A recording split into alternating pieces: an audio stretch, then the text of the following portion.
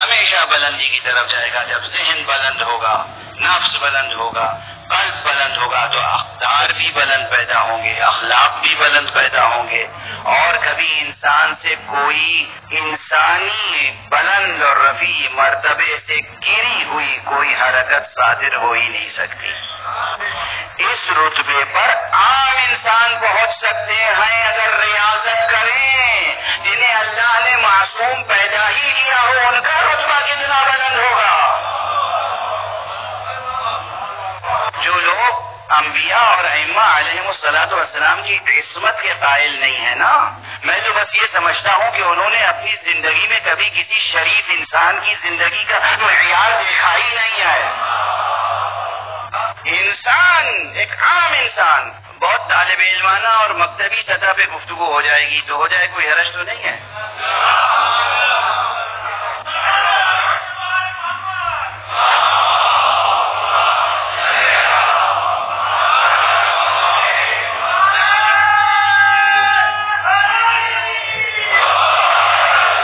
چند بڑے گناہ ہیں جن کی سزا قرآن مجید میں ہے. انسان اس مسئلے کو سن لیں، قرآن مجید کو آپ پڑھیں اور عام انسان کو دیکھیں کہ بہرحال انسان بہت گناہ کرتے ہیں. گنتی بتا سکتے ہیں؟ کچھ آئیڈیا ہے، اندازہ شمار کتنے گناہ کرتے ہوں گے یہ انسان؟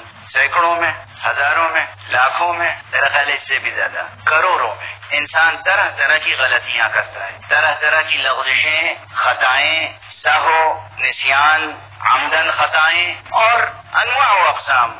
اللہ کتنا رؤوف و رحیم ہے. پورے قرآن مجید میں کتنی غلطیاں یا گناہ ایسے ہیں اسپیسیفکلی جن کی اللہ نے کیٹیگوریکلی ایک سزا بتائی ہے. 5 یا 6 بس. کیا سنا؟ غور سے سنا، قاعدے سے سنا. 5 یا 6 ایسی بڑی خطائیں ہیں جن کی اللہ نے قرآن مجید میں کھل کے سزا بتا دی ہے. ایک، قتل، کسی انسان کا بغیر جواز قتل کرنا. یہ اتنا بڑا گناہ ہے کہ اللہ نے قرآن مجید میں اس کی سزا بیان کی. دوسرے، چوری، سرقت. یہ ایسا گناہ ہے، چوری چھوٹی ہو یا بڑی، چوری کسی بھی قسم کی ہو، چوری ایک شریف انسان کی زندگی میں داخل نہیں ہونی چاہیے.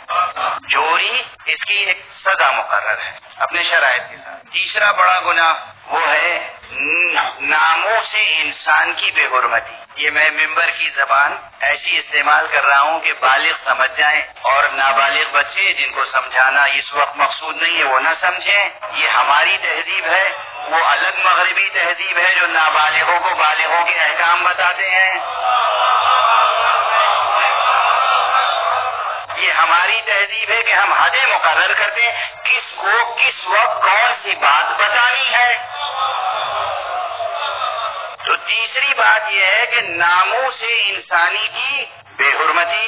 یہ اتنی بڑی سزا ہے، اتنا بڑا گناہ ہے کہ قرآن مجید میں سزا مقرر ہے. چوتھی سزا وہ یہ ہے کہ ناموس انسانی کی خود بے حرمتی نہیں کی بلکہ کسی اور کو ناموس انسانی کی بے حرمتی کا الزام لگا دیا.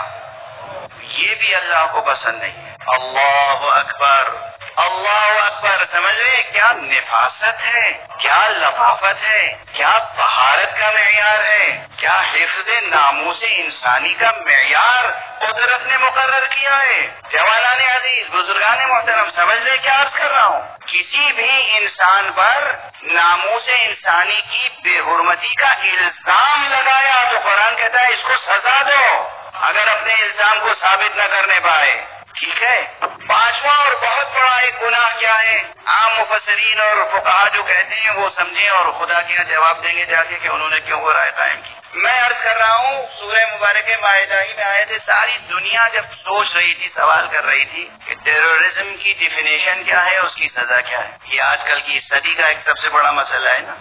اس صدی کا سب سے بڑا مسئلہ دنیا والوں نے ٹیررزم بنا دیا ہے. اور یہ عوامی مسئلہ نہیں ہے، حکومتی مسئلہ. دنیا کی جو بڑی بڑی حکومتیں ہیں ٹیررزم انہی کے زیر سایہ پروان چڑھتا ہے، وہی پیدا کرتے ہیں، وہی سرپرستی کرتے ہیں. تو اب وہ ایک واقعہ رونما ہوا، 9/11 کا واقعہ بہت مشہور ہے، سب نے اس کی مذمت کی. لیکن یونائٹڈ نیشنز میں 3 دن کی کانفرنس ہوئی. سارے اخبارات میں اور سارے میڈیا کے جتنے شعبے ہیں سب نے رپورٹ کیا اسی زمانے میں کہ ٹیررزم کی ڈیفینیشن مقرر کی جائے اور ٹیررزم کی سزا مقرر کی جائے۔ یونائٹڈ نیشنز کے معنی سمجھتے ہیں آپ؟ یعنی ساری دنیا کی بڑی ذہانتوں کا مجمع، ہر ملک سے، ہر قوم سے، ہر ملت سے، ہر نیشن سے، ہر قومیت سے بڑے بڑے ذہین، پڑھے لکھے، ذمہ دار نمائندے وہاں منتخب ہوتے ہیں۔ 2-3 دن تک خوب گہما گہمی رہی اور اس کے بعد جبکہ وقت کی ضرورت تھی کہ وہ مسئلہ حل ہو، مگر پھر اعلان یہ ہو گیا کہ یہ 3 دن کی کانفرنس متفق نہیں ہو سکی کہ ٹیررزم کی دراصل ڈیفینیشن کیا ہے۔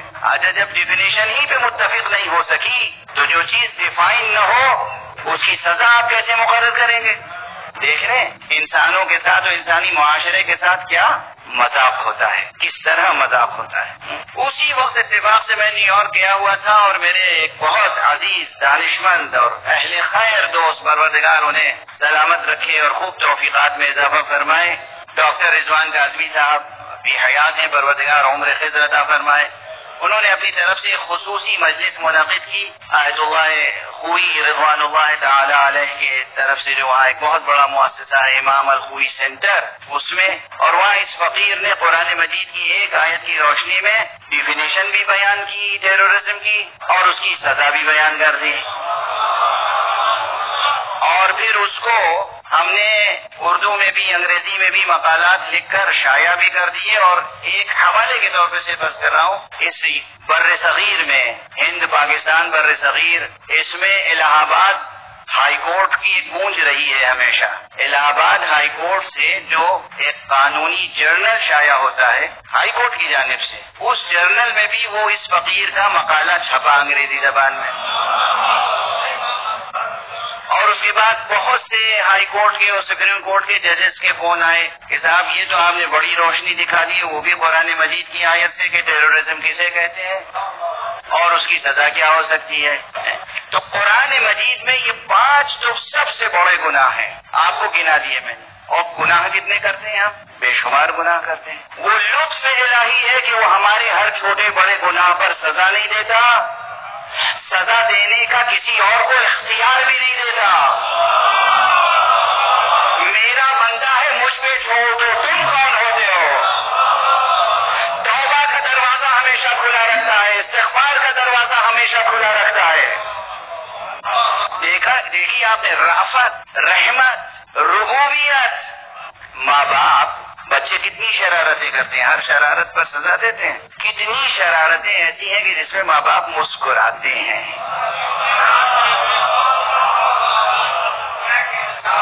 کتنی شرارتیں ایسی ہیں جس میں ماں باپ مسکراتے ہیں کہ نادانی میں کیا کیا ذہانت کی باتیں کر رہا ہے۔ اور ہمارے یہاں کچھ بڑی ایسی شرارتیں ہیں جن پہ پھر سزا روک ٹوک سب ہوتی ہے۔ تو پروردگار عالم کا نفوس انسانی کو تربیت کرنے کا ایک اپنا انداز ہے۔ اس نے آپ کو یہ جسم عطا کیا اور اس جسم کے اندر صرف تاریک مادی جسم نہیں دیا، اس کے اندر ایک روشنی بھی رکھی۔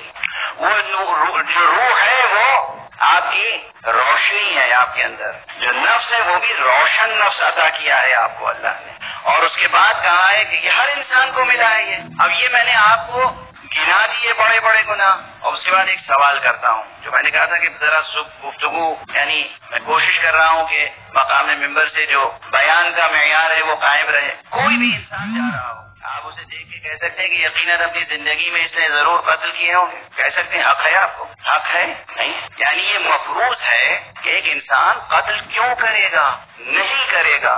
کوئی بھی انسان آئے تو سب سے پہلے وہ بری ذمہ سمجھا جاتا ہے جب تک کہ الزام اس پر ثابت نہ ہو جائے، ہے نا؟ تو اصل اولی کیا ثابت ہوئی؟ انسان کی عصمت یا گناہگاری؟ واضح ہے جو بحث عرض کر رہا ہوں۔ کوئی بھی انسان ہو، آپ جج بن کے بیٹھ جائیں، کوئی بھی انسان لے آیا جائے گا، کالا ہو، گورا ہو، چھوٹا ہو، بڑا ہو، کہا جائے یہ قاتل ہے، جج کیا کہے گا؟ کہہ دے گا بس سن کے قاتل ہے۔ عدالت میں چلتے کیوں ہیں مقدمے؟ ثابت تو ہو کہ یہ جرم اس سے سرزد ہوا یا نہیں۔ یہ جو تقاضا ہے عدالت کا، ثابت کرو کہ اس سے جرم سرزد ہوا۔ اس کے معنی یہ ہے کہ نظام الہی ایسا ہے کہ انسان سے جرم سرزد نہیں ہونا چاہیے۔ مفروض یہ ہے، متوقع بات یہ ہے، توقع اس کی ہے کہ اس سے جرم سرزد نہیں ہوا ہوگا۔ ایک عام انسان کی بات کر رہا ہوں، ٹھیک ہے؟ چل جائے گی ایک مرد مسلم جس نے کلمہ پڑھا ہو، چل جائے گی ایک مرد مومن جو دائرہ ولایت میں ہو، تو ایک انسان اگر اس کو دیکھے کوئی تو یہ توقع نہیں ہوگی، یعنی آپ کو حق حاصل نہیں ہے، آپ مجرم ہوں گے کہ سب کے خامخواہ یہ قاتل ہے۔ کوئی جا رہا ہے آپ کہہ دیں یہ قاتل ہے، کوئی جا رہا ہے اور آپ اس پہ الزام لگا دیں۔ تو ابھی میں بتا چکا ہوں کہ ناموس انسانی کی بے حرمتی کا الزام لگانا بھی اتنا بڑا جرم ہے کہ آپ کے اوپر سزا ہے۔ اگر آپ نے 4 گواہ پیش نہیں کیے، 2 نہیں 4 گواہ اگر پیش نہیں کیے تو سزا آپ کو ملے گی جن سے آپ نے الزام لگایا ہے۔ اس کے معنی ہے کہ جتنے انسان ہیں ان سے توقع پروردگار کی کیا ہے؟ ان سے گناہ سرزد نہیں ہوا ہے۔ ایک غیرت مند انسان، امیر المومنین علی ابن ابی طالب علیہ السلام کا ارشاد ہے کہ ایک غیرت مند انسان کبھی کسی ناموس کی بے حرمتی نہیں کر سکتا۔ یہ حضرت علی کا ارشاد ہے۔ ایمان شرط نہیں رکھا، اسلام شرط نہیں رکھا، ولایت شرط نہیں ہے۔ مولا علی کا جملہ ہے غیرت۔ ایک غیرت مند انسان کسی دوسرے انسان کی ناموس کی بے حرمتی نہیں کر سکتا، امیر المومنین فرما رہے ہیں۔ اس کے کیا معنی ہے کہ عام انسان اس سے گناہ سرزد ہو جائے، یہ بعید ہے۔ ہو جائے تو پھر تحقیق کی جائے گی کن حالات میں ہوا تھا، کیا ہو گیا تھا، بھائی مجنون تھا، دیوانہ تھا، کسی نے جبر کیا تھا، کیا کیا تھا۔ ایک مسئلہ ہے کہ یہ چیز جو نہیں ہو سکتی تھی ہوئی کیسے۔ اس کی ایک اور مثال دوں، سمجھاؤں آپ کو۔ پانی ہر ایک پیتا ہے اور پانی پینے سے کوئی نہیں مرتا، توقع نہیں ہے کہ پانی زہر بن جائے گا۔ اگر کہیں پانی ایک گھونٹ پی کے کوئی مر جائے تو ساری دنیا تحقیق کرے گی یہ ہوا کیا تھا، اس پانی سے زہر کا فائدہ کیسے اٹھائے گا، اس پانی میں زہر کی تاثیر کیسے پیدا ہوئی، یہ تحقیق طلب مسئلہ ہوگا۔ اسی طرح ایک انسان سے یہ گناہ سرزد کیسے ہوا، یہ تحقیق طلب مسئلہ ہے۔ اس لیے کہ انسان کو انسان بنایا کس نے ہے؟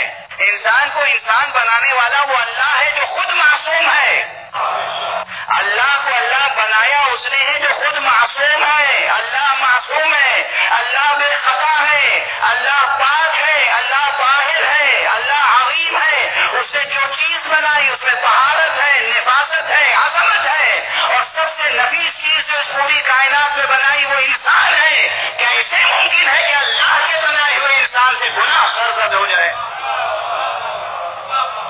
اس لیے سارا عدالتی نظام ہے، تحقیق تو کرو اس نے کیا بھی ہے جرم یا نہیں، اس سے قتل سرزد ہوا یا نہیں، اس سے یہ گناہ سرزد ہوا یا نہیں، اس نے چوری کی یا نہیں، چوری کی تو کن حالات میں کی۔ مشہور واقعات ہیں، چور لایا گیا امیر المومنین علی ابن ابی طالب علیہ السلام کے پاس،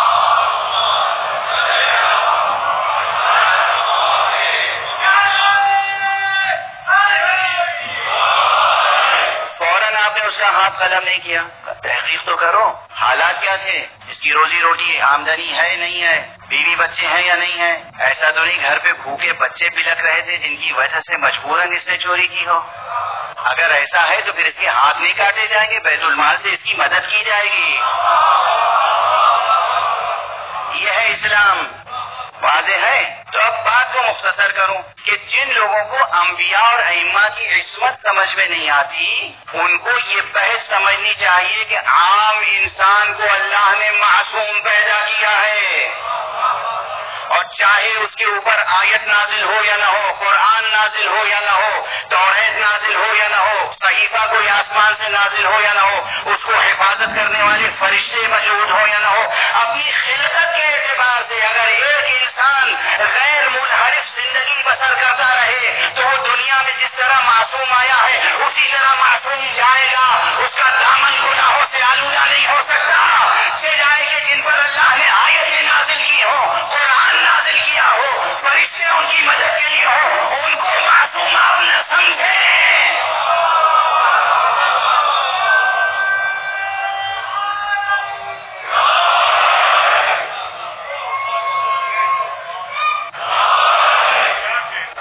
واضح ہوئی کس بلندی پہ گفتگو ہے، اور واضح ہوئی ان کی جو کہتے ہیں اسلام میں سب سے خطرناک نظریہ یہ ہے کہ 12 اماموں کی معصوم ہونے کا نظریہ، اس سے بڑا خطرناک لفظ ہے، سب سے خطرناک نظریہ اسلام میں جو انٹروڈیوس کیا گیا وہ عصمت کا نظریہ ہے۔ عصمت کا نظریہ فطرت کا نظریہ ہے، عصمت کا نظریہ قرآن کا نظریہ ہے، عصمت کا نظریہ شریعت کا نظریہ ہے۔ شریعت آئی ہے انسان کی بنیادی عصمت کی حفاظت کے لیے۔ اب مجھ سے سنو کہ سب سے بڑا خطرناک نظریہ اسلام میں کون ہے؟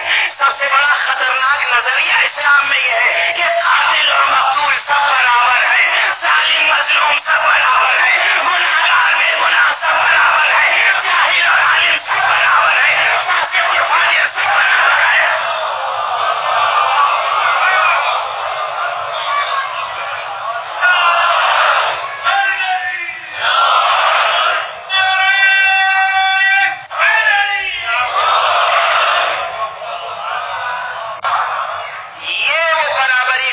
ہے جس نے ملت اسلامیہ کے چہرے کو روح سیاہ بنا دیا،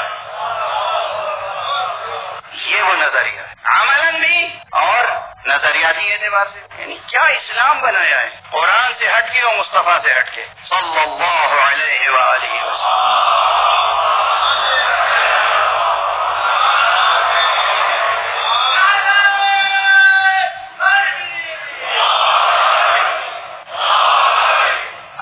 کچھ لوگ اب ادھر ادھر بعض ملکوں سے پلانٹ کیے جا رہے ہیں جو بظاہر ہم میں سے ہیں، اور وہی آواز اٹھا رہے ہیں عصمت کا نظریہ کہاں سے آ گیا؟ آئیے میں سمجھاتا ہوں عصمت کا نظریہ کہاں سے آ گیا۔ اگر آپ کی والدہ نے خطا نہیں کی ہے تو آپ بھی معصوم ہیں۔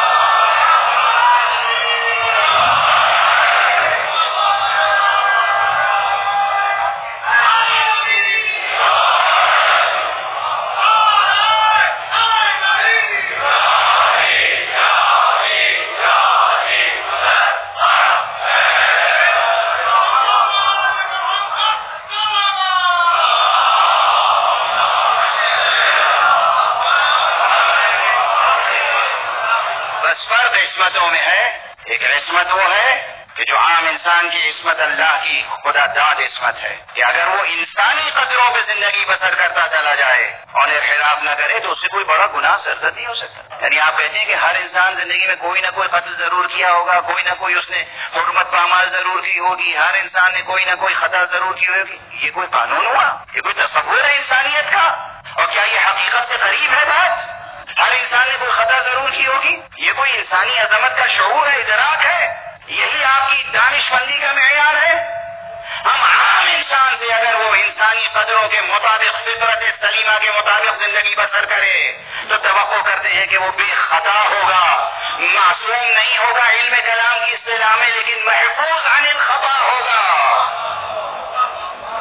محفوظ عن الخطا ہوگا۔ کتنے ذہین ہیں جن کے لیے آپ کہتے ہیں کہ بھئی یہ ماشاءاللہ دیکھیں ان سے کچھ ہو سکتا ہے لیکن اس مسئلے میں ان سے کبھی بھول نہیں ہو سکتی۔ تجربے ہیں۔ کوئی بہت بڑا میتھمیٹیشین ہو، آپ کہہ سکتے ہیں کہ بھئی زندگی بھر اس نے کبھی کسی کیلکولیشن میں کوئی غلطی نہیں کی، اس سے توقع نہیں ہے، ممکن نہیں ہے۔